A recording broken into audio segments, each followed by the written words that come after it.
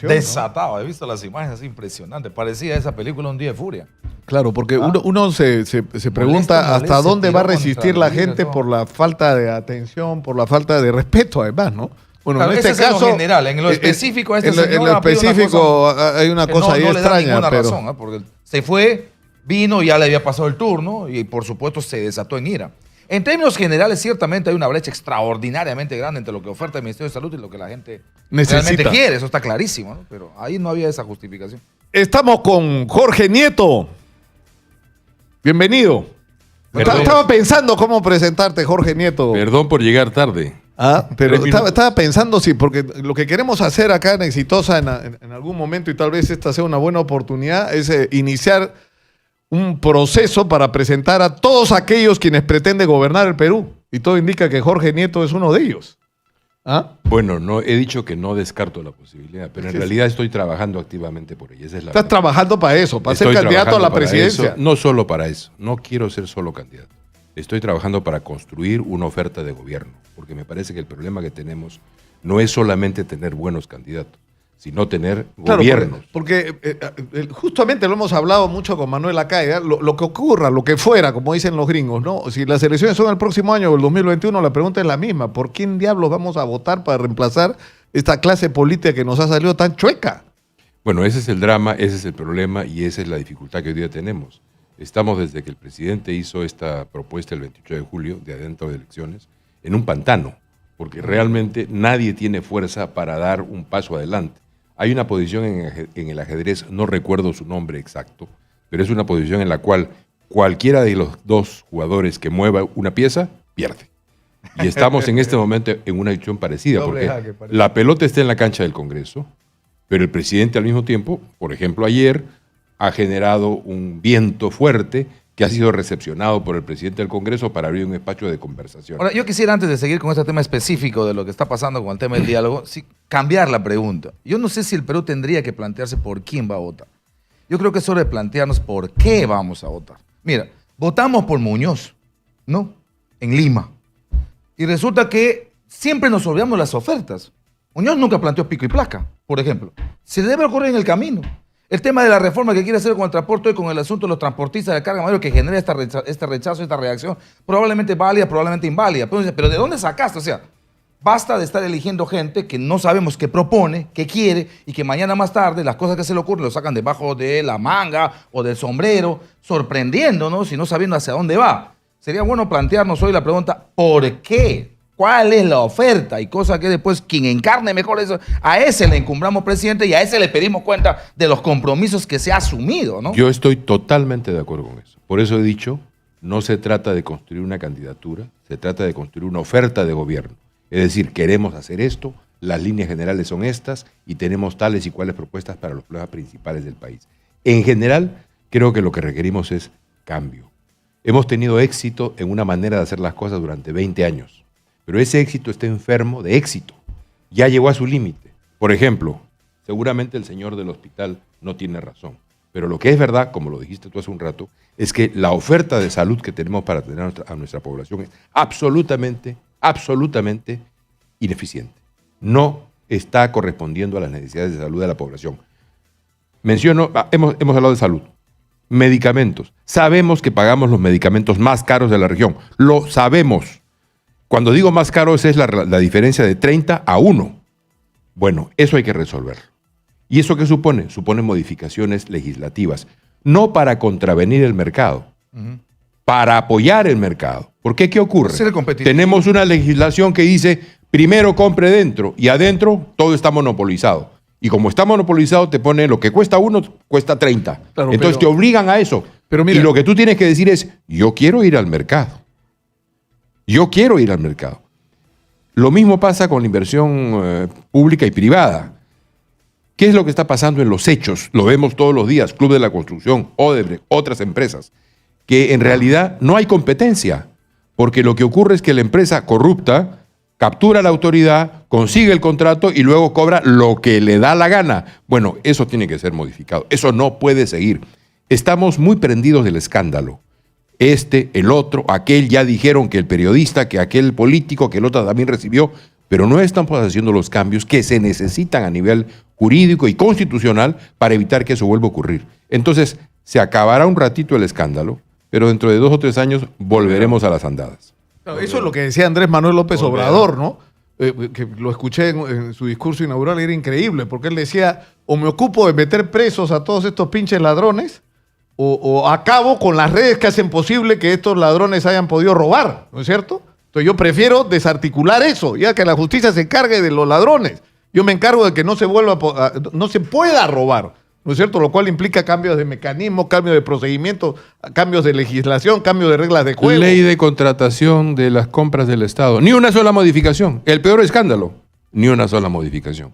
Nuestra Contraloría, algunas modificaciones ha hecho.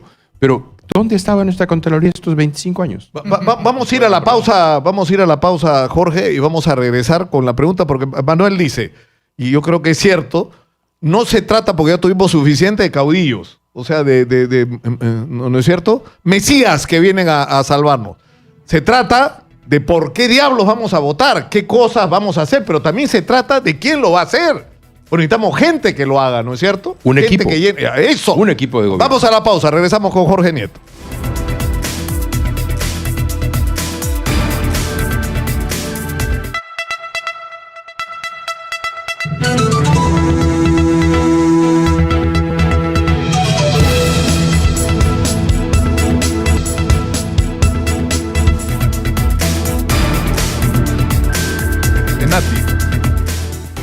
Estamos en Exitosa, la radio del Perú, y está con nosotros Jorge Nieto, y estábamos conversando, y Manuel Rosas llamaba la atención correctamente, creo yo, sobre el hecho de que ya estamos hartos de elegir individuos, ¿no es cierto?, que no asumen ninguna responsabilidad con respecto a lo que, es más, no tienen en algunos casos ni ideas, ¿no es cierto?, que lo que hay que discutir es por qué estamos votando, por qué propuestas, qué cosas es lo que quienes se ofrecen a gobernar el país van a hacer con el Perú, pero también se necesitan equipos.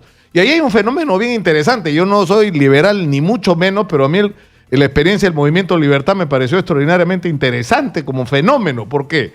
Era gente que no se había incorporado nunca en política, que tenía respuestas para todos los problemas del país, desde su perspectiva liberal, y tenía gente para hacerlo. Bueno, perdieron las elecciones por la increíble alianza esta con Acción Popular y el PPC por los errores que cometieron en campaña, ¿no? Pero yo creo que desde el punto de vista político fue un fenómeno que no se ha vuelto a repetir desde entonces. Bueno, lo que hay que hacer es eso, justamente, elaborar propuestas, tener equipo de gobierno. Hay gente en el país y se están haciendo cosas interesantes en el país. Hay gente competente casi en cada área de la vida política o social. Hay áreas en las cuales no tenemos. Por ejemplo, hoy día tenemos el incendio de la Amazonía. Nuestro gobierno no está reaccionando como debe reaccionar. Tendría que convocar, somos corresponsables de la Amazonía. No es una cosa que ocurre en Brasil, es un área que le compete a nuestro gobierno también, aunque el territorio sea brasileño, pero la Amazonía es una responsabilidad de nuestros países frente al mundo. No hemos tomado ninguna iniciativa. Colombia acaba de tomar ayer una iniciativa, el presidente ha convocado a los países amazónicos a una reunión para hacernos cargo de esa crisis, apoyar en este momento al gobierno de Brasil para poder enfrentar la situación. Nosotros tendríamos ya que estarnos sumando a esa iniciativa. Tenemos 2.950 kilómetros de frontera con el Brasil. Sí, claro. Es nuestra frontera más importante. Y además, mirado a futuro, la Amazonía es nuestro horizonte de futuro. En la Amazonía no solamente hay, como vemos hoy día, madera, petróleo, gas. Hay biodiversidad, hay industria de la defensa, industria de la salud, industria cosmética. Cada una de ellas... El turismo que puedes potenciar a 1.000. Adicionalmente, cada una de estas industrias son ingresos de $400 mil millones al año. Nosotros podríamos tener un pedazo de esos 400 mil millones de dólares. Te escucho, Jorge, estás hablando ya como candidato y me pregunto, ¿por qué tú eres un hombre que viene de la izquierda? ¿Por qué no Verónica Mendoza? ¿Por qué no...? Y además has sido un hombre que ha estado cerca del último gobierno, ¿no es cierto? Tú has sido ministro de PPK, has compartido espacios con Martín Vizcarra. ¿Por qué no Julio Guzmán, que parece ser el candidato, si es que vale la expresión oficialista, ¿no? O sea, es el que va a continuar a Vizcarra, digamos, desde la perspectiva de algunos, digamos, seguidores de Martín Vizcarra. A mí no me toca decir por qué sí o por qué no otros candidatos. Sí tengo diferencias, por ejemplo, con una izquierda que no es capaz de decir a Maduro dictador, con claridad, porque lo es, que no se puede solidarizar con la gente que en la calle en Venezuela protesta contra una dictadura, que no es capaz de reconocer el drama humano que hay de hambre, de enfermedad en Venezuela. Entonces yo digo, nuestra generación, entramos a la vida pública peleando contra una dictadura. Nosotros sabemos reconocer lo que es una dictadura en cuanto la vemos. Bueno, la miran y tartamudean. Tomo distancia. Tampoco creo que sea posible enfrentar los problemas del país con fórmulas de marketing, con memorizaciones de técnicas o de frases que me dice el asesor y que yo voy a repetir como merolico en el público. No, requerimos políticos, hombres de Estado que hayan reflexionado sobre problemas. Uno puede estar en contra o en desacuerdo, pero debe reconocer que hay gente que tiene una reflexión sobre el país. Claro, y dejar temas, y dejar de alguna manera lugares comunes o políticamente correctos, ¿no? Posición en minería. Definir posición en minería. A favor o en contra. Ok, segundo, ¿cuánto participa la gente? ¿Cuánto no participa la gente? Tercero, ¿cómo hacemos el asunto de que conviva con agricultura, que conviva con ganadería, que conviva con pesca, que conviva con lo que hay en el Perú? Porque nos sobra recursos, hay que buscar armonizar. Posturas respecto a temas como, por ejemplo, reforma pensionaria, posturas como, por ejemplo, respecto al tema de educación, al tema de salud. ¿Qué hacer en perspectiva, no? En fin, descentralización. O sea, este es el plan y esto es lo que hay que hacer al Perú al 2025 o al 2030. Y me hago cargo de esto. Y luego, no en el camino, a medio año, hago una cosa absolutamente diferente a lo que dije. Manuel, y hablar. Los liderazgos se ejercen proponiendo soluciones a los problemas del país. Pero yo veo que tenemos como 29 candidatos, de los cuales en la escena, cuando hay problemas, 28 o 27 se esconden. No están. No aparecen. Están calculando cuál es el momento adecuado de aparecer. Cuando el liderazgo lo tiene que hacer, salir a decir una propuesta y ofertar cosas. Por ejemplo, tú has mencionado minería y Tía María. Yo dije hace tiempo ya, me parece que el gobierno y la empresa sabían que no habían las condiciones sociales para ese proyecto en ese momento. Tan lo sabían que dijeron, te doy el permiso, pero no lo uses. Y la empresa dijo, dámelo, pero no lo voy a usar. Sabían. Bueno, si sabían, ¿por qué no encontraron una salida distinta? El plazo, dice el gobierno, se vencía el plazo. Bueno, encapsulas el plazo, pues, encapsulas. No lo hace el Congreso cada vez que discute el presupuesto y genera la ficción jurídica de que el tiempo se ha detenido y pueden pasar 5 días, pero estamos en la misma fecha. Bueno, igual. Y adicionalmente a eso, hay que hacer lo que hay que hacer. El Valle de Tambo, la zona de Tía María, ¿qué requiere? Requiere una represa. Son más o menos 120, 150 millones de dólares. No se ha hecho. ¿Esa represa qué puede hacer? Puede duplicar la producción agraria del Valle de Tambo, porque el Valle de Tambo produce una sola vez al año. Podría producir 2 veces al año. Pero además de eso, puede hacer que la oferta agrícola del Valle del Tambo sea exportable. ¿Por qué no puede ser exportable hoy día? Porque el agua que llega al regadío es alta en boro. Y eso impide que se pueda exportar. Entonces puede ser tratada el agua en esta represa. Junto con eso requieres una defensa ribereña que canalice el agua del río y con eso estás enfrentando el tema del Valle de Tambo más una forma de crédito financiero que le permita sostener sus cosechas. Luego, la zona de arriba, que es la zona donde está la famosa hacienda arequipeña de azúcar, Chucarapi, ya tiene otra composición étnica y social. El Valle de Tambo son mis paisanos, los loncos arequipeños clásicos. Los de arriba también son mis paisanos, solo que no se les reconoce, son aymaras. Hoy día, un tipo de arequipeño dice, los aymaras han llegado a Arequipa en los últimos 30 años a cambiar la ciudad. Los aymaras están en la zona desde hace centenas de años. En el Valle del Colca hay joyaguas y cabanas. ¿Y quiénes son los joyaguas? Son aymaras, que están ahí cada vez que había hambruna en la meseta del Collao. Entonces, esa gente, ¿qué está buscando? Está buscando acceso a tierra, está buscando hacerse cargo de la empresa del azúcar. ¿De quién es la empresa del azúcar? Nominalmente de un dueño, pero en realidad, como Tumán, es de la SUNAT, porque deben tanto en impuestos que la SUNAT es la propietaria. Bueno, eso se puede hacer. Una vez que hacemos las cosas que tenemos que hacer y construimos con esto confianza en la gente, recién podemos pensar en hacer articulable el proyecto minero con la vida agraria. El presidente Vizcarra le ha conseguido una entrevista a César Hildebrand, que se publica en su semanario el día de hoy, y que dice, ¿no?, entre otras cosas, te voy a leer los titulares, ¿ah? No hay otra salida que el adelanto de elecciones. Es decir, ¿qué significa? Que se va a sentar a este diálogo del que se está hablando a decir, con esa postura. Adelanto o adelanto. Lo segundo, Tía María no va, lo dice en la entrevista. Tercero, el entrampamiento político está dañando la economía. Cuarto, la diferencia con otros gobiernos es que aquí ni la cabeza ni los ministros tienen cuentas oscuras que aclarar. Y por último, el fujimorismo ha nombrado como vocera a quien me llamó malnacido. O sea, digamos, no son... Ya no hay forma aquí no te puedes poner de acuerdo.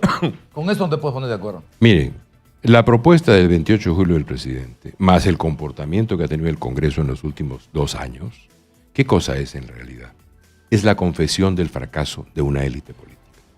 Abramos paso a que surjan nuevos liderazgos. Constatamos todos los días el fracaso. Jorge Nieto abriendo los brazos, dice, abramos paso, ¿no? Pero necesitamos hacerlo. No, eso está claro. Necesitamos un gobierno. Es lo más urgente. Necesitamos un gobierno que esté a la altura de las necesidades del país. Y hay que ver quiénes tienen las capacidades. O sea, es un hecho también de mirar las cosas como son. Ya, pero ¿cómo haces para construir colectivos? Porque a nosotros nos ocurre que entrevistamos casi todos los días a gente hablando de diferentes temas que tienen respuesta. Por ejemplo, en la reconstrucción. Hay gente que hace 30 años está trabajando el tema de la prevención de desastres y que tiene, no necesita preguntarle, o los colegios profesionales en las regiones que tienen respuestas técnicas para los problemas que hay en su región con respecto a los desastres. He tenido un breve intercambio con la Autoridad para la Reconstrucción con cambios en el Twitter hace unos días. Vengo de estar en Piura. He hablado con los miembros del Colegio de Ingenieros, he hablado con la población, he hablado con los cooperativistas que tienen que ver con el tema de los cultivos. Todos están descontentos con la reconstrucción. No estamos haciendo lo que debemos hacer. Y entre otras cosas, tú tienes razón, no se está incorporando el conocimiento local en la formulación de los problemas. Hace muchos años... Ya se sabe lo que hay que hacer y tienes la gente adecuada para hacerlo y pones a cualquiera, ¿no es cierto? Eso es lo que yo no entiendo. Nicolás, nuestra propuesta, tal como está planteada, la propuesta que estamos desarrollando hoy día en la zona, es para no volver a sufrir la desgracia. Nada más. ¿Cómo hacemos para no volver a sufrir la desgracia? Y esa propuesta la estamos haciendo mal. ¿Qué tendríamos que hacer? Tendríamos que hacer cómo organizamos todos los elementos de ese territorio para hacerlos más productivos. ¿Quién lo ha hecho? Nuestro vecino. Ecuador lo hizo y está teniendo al 2035, 20 años después, 30.000 millones de dólares de costo, 1.500 millones de dólares al año, de los cuales ellos no han desembolsado $1 porque han hipotecado su petróleo, pero van a tener agua potable para las principales ciudades, 4 veces la energía eléctrica que hoy día producen, el doble de frontera agrícola que el día tienen y recuperación de 40% de bosques tropicales. Eso es un proyecto. Si Piura canalizara el agua que tiene, no la que no tiene, la que tiene, y produciera al 100% de su capacidad agraria, solo Piura produciría lo que todo Chile. Esa es nuestra meta en la región, hacer que Piura sea 100% productiva. He hablado de productividad, no he hablado de la calidad. Cuando hablo de la calidad, pienso inmediatamente en el mango piurano, un mango que parece una papaya y que tiene un sabor excepcional. Bueno, súmale capacidad productiva a la calidad de nuestros productos y entonces Piura se convierte en una potencia agrícola regional. Regional lo digo del Perú, regional de la región, de América Latina. Un paréntesis de coyuntura en el tema PPK. ¿Qué le parece el asunto de la pedido de prisión preventiva? Hoy se va a discutir ese tema. A mí me parece muy mal. A mí me parece muy mal que el fiscal se dé cuenta que PPK recibe visitas de políticos cuando la primera visita de político que recibió el expresidente fue la del presidente Martín Vizcarra. Me parece muy bien que el presidente se haya visto obligado a decir que está en contra de esa medida. Creo que el juez debe valorar bien las cosas. Evidentemente, un político visitas de quiénes va a recibir, pues de políticos. Ahora, de allí... ¿Usted lo ha visitado? Yo, por supuesto que lo visito. Con la frecuencia con la que puedo, estoy haciendo actividades, como saben, pero políticas y de te campaña. produce ninguna... Es decir, PPK nos mintió. Es decir, dijo yo con Odebrecht. ¿Qué Odebrecht? A ver, déjame buscar pero mi agenda, una cosa por favor. es el Estaba juicio, casado con Odebrecht durante años. Una cosa es el juicio, que tiene que enfrentarlo. En su momento, cuando yo era ministro, en la primera vacancia, yo defendí siempre su derecho a un juicio justo, a que sea juzgado con imparcialidad. El que enfrente su caso. Pero esa es una cosa. Y otra cosa es lo que está haciendo en este momento el fiscal con este pedido. ¿Qué está haciendo? A ver, un hombre de 80 años, cuya mujer no puede regresar al país porque tiene una hija enferma, cuyas hijas vienen muy de vez en cuando, con sus cuentas paradas, viviendo en realidad del apoyo de sus amigos. ¿No puede recibir gente en su casa que lo va a saludar, a conversar con él del clima y seguramente también de la política? Ahora yo me pongo Jorge, del otro lado. Sí, claro. Es que está preso. También Keiko está preso y recibe congresistas todos los días. Pero hay restricciones Bueno, en el caso pero- de PPK específicas, porque ahora todo eso es válido. Pero del otro lado, la función del fiscal también es de que se cumpla Sí, por supuesto. la restricción. Y en las Entonces- restricciones están no actividades políticas directas, indirectas, no reuniones con quienes pueden ser tus testigos o en todo caso coinculpados, no actividades sociales. El asunto va a estar en qué cosa valore el juez. Exacto. Porque el fiscal tiene derecho a poner la sospecha, a poner la duda y a perseguir el delito. Tendrá que decirle al juez, aquí está, demostradamente que no es una Demostrar, actividad, tiene que demostrar. sino que es política. Tendrá que Tiene que por demostrar. supuesto. Tiene que demostrar. En todo caso, me han pedido mi opinión. A Sí, mí me claro. parece, cuando yo pienso por qué está detenido, todas las cosas que puede haber hecho, correcto, pero la razón es que él es parte de una banda criminal. ¿Y quién es su banda criminal?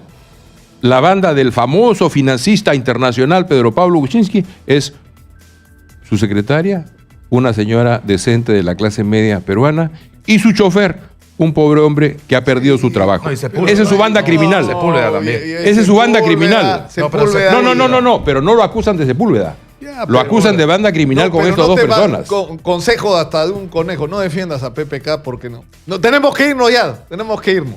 Pero quédate con ese consejo de amigo. ¿ah? Que te Yo conoce soy desde una la juventud. persona leal. Y tú lo sabes. Eso es bueno. Y llevaré a mis amigos, si es necesario, a la cárcel o una cajetilla de cigarros O una o manzana. una botellita de Coca-Cola. Si es que la toman, porque además la diabetes está muy mal. Jorge Nieto, candidato a la presidencia de la República, ustedes lo han escuchado. Empezamos, ¿no, Manuel? Empezamos. Vamos a traer candidatos a la presidencia acá y vamos a hablar de lo que Manuel reclama. De qué hay que hacer con el Perú, Dios mío. Esa es la discusión.